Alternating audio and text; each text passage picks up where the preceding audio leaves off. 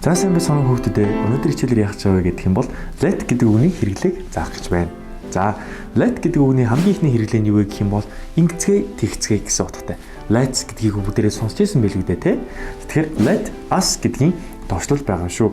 Let us гэдэг нь болохоор let's гэсэн үг. Тэгээ let's гэдгийн араас нь болохоор та нар ямар нэгэн үйл үг авах юм бол тэр үйл үгийг бүгдээрээ хамтдаа хийцгээе гэсэн иймэрхүү утгатай болно. За жишээлх юм бол let's go гэдэг үг бол бүгд сонсч ирсэн баг тий. Эсвэл let's eat, let's play, let's study, let's practice English гэх мэтчлэн. За дараагийнх нь болохоор let him play буюу түүнийг тоглохыг нь зөвшөөр гэсэн allow гэсэн үгтэй адилхан гэсэн.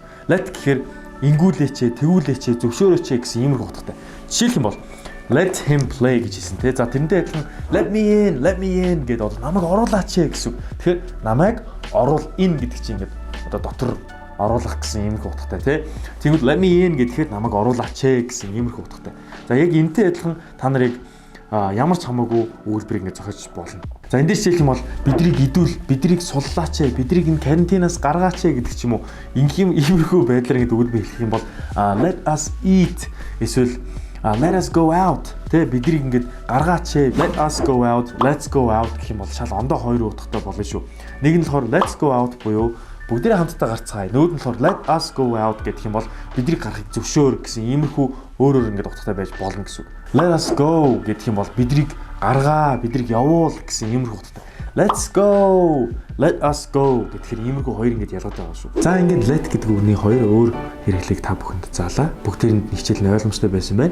Нэг нь болохоор бүгдээрээ ингэцгээе. Нөгөөх нь болохоор намайг ингүүлээч, түүнийг ингүүлээч, бидрийг ингүүлээч, тэднийг ингүүлээч гих мэтчлэн иймэрхүү утгатай өгүүлбэрүүд болох боломжтой байх нь. Окей?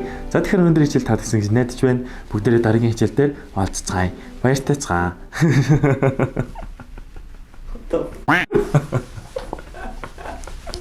Яг ингэ нэг амар ингэ штэ. Нэг багш нартэй. Нэ.